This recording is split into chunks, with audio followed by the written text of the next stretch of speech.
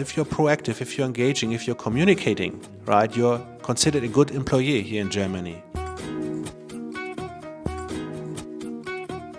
Hallöchen and welcome back to our channel. My name is Jörg, which is German for George, here at Find a Job in Germany in Berlin.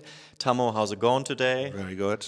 People, we want to talk about work-life balance. We talk about what it means to have work-life balance and what you can really expect from coming to Germany in terms of work-life balance. So I've said the word 3 times now. Tammo, what do you say? Yeah, why is that so important? Obviously, because in other countries, that is a huge problem, and that is one of the main reasons people move to Germany to work here. So why is work-life balance in Germany better than in countries like India or the US?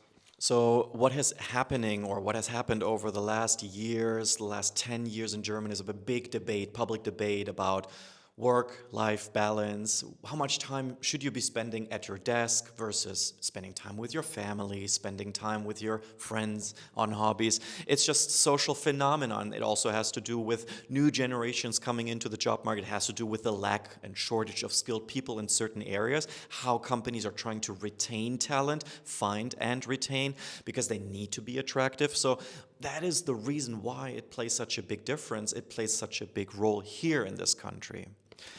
Exactly, and underlying, we have pretty strong unions here in Germany, and the labor laws in Germany are pretty strong. So that is the underlying legislation framework, which is also leading to this better work-life balance. So, for example, you cannot be fired that easily in Germany. We spoke about that in a different video. Scroll down here for the job security video and check this on.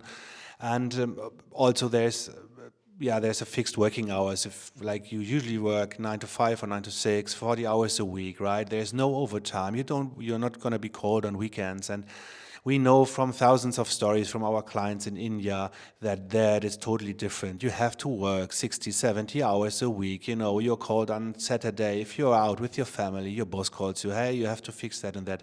You will never see that happen in Germany.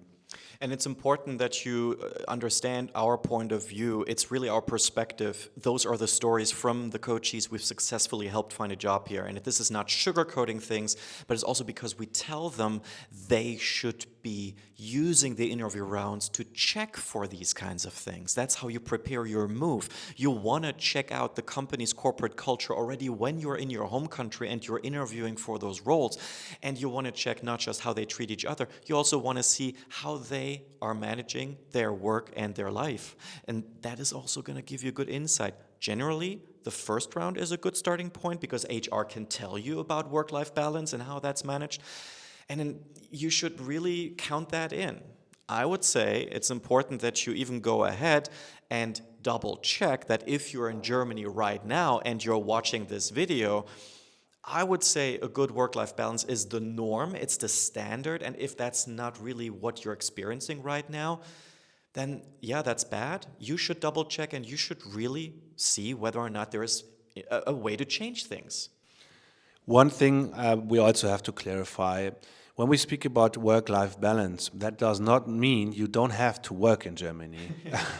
Yeah, so it's not like you come to office, you hang around for a couple of hours, you go home, or you work from home all day. And you can do that when you're working in public administration in Germany. Then that's possible. That's mean. No, but seriously, like the work culture here in Germany is to get things done. So if you get something to do, like you get a task, like first of all, you don't wait to get a task, right? If you have nothing to do, you proactively engage yourself. And if you have something to do, a big task, you do that as effective as possible and as fast as possible, right? So you're not waiting at home that your boss is calling you, hey, you have to do this and that. No, be proactive, right? This is actually also one of the main reasons why people from our coaching, 95% of them passing probation period in Germany, right? So because if you're proactive, if you're engaging, if you're communicating, right, you're considered a good employee here in Germany. Exactly, and we really prepare everybody for that period because it's important that people pass probation also to settle smoothly in Germany. You need a good experience in the first 6 months. The way German tech teams are organized, but also other teams, for example, in project management, you'll have a lead, and that person's going to delegate tasks to you, and you're going to be asked to do those independently, diligently, professionally, and independently until the deadline. And that is why there's a lot of let's say, organization skills also involved. That is where the work comes in. But then, ideally, if it's Friday and you don't have anything else to do and you're done, don't sit around. I mean, during probation, you want to overperform, you want to definitely show your face, and you want to be there. But after that's passed, generally then work-life balance does kick in. And it's all about efficiency. It's all about being a professional. It's all about taking things diligently and carefully. But in the end, everybody appreciates their free times off the weekend. Everybody appreciates not being called at 8 in the evening for a project, and then you have to, for all of a sudden, log in again. Holidays, of course, as well. You usually have It's actually frowned upon socially. Society doesn't like that. You usually have around 30 days of holidays plus all the public holidays, and no one will ever call you like in holidays. People will even force you to take your holidays, right? So this is necessary. That's how we do it at our company, exactly. Maybe one last thing, because we've seen people struggling with that. If you're coming from a very, very big organization, and an organization where things are dealt with differently, like there's a different team for everything. So that is not what is expected in most German companies. Most German companies are small and medium-sized companies, and that means you need to be ready to do a lot of different things, right? So that is also be a problem solver, engage yourself, be ready to learn. That is expected here.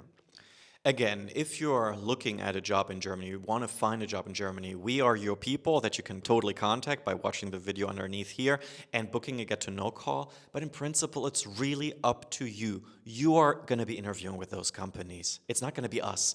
You are going to be having to ask those questions to understand what their culture is. That's not going to be us. You are in charge of making that decision and then later on getting an offer that you fully understand and signing that contract to also then know what expects you here, and then you are best prepared. That is how we run things in our coaching program, and we are happy that you're following our channel. We'll see you next time soon.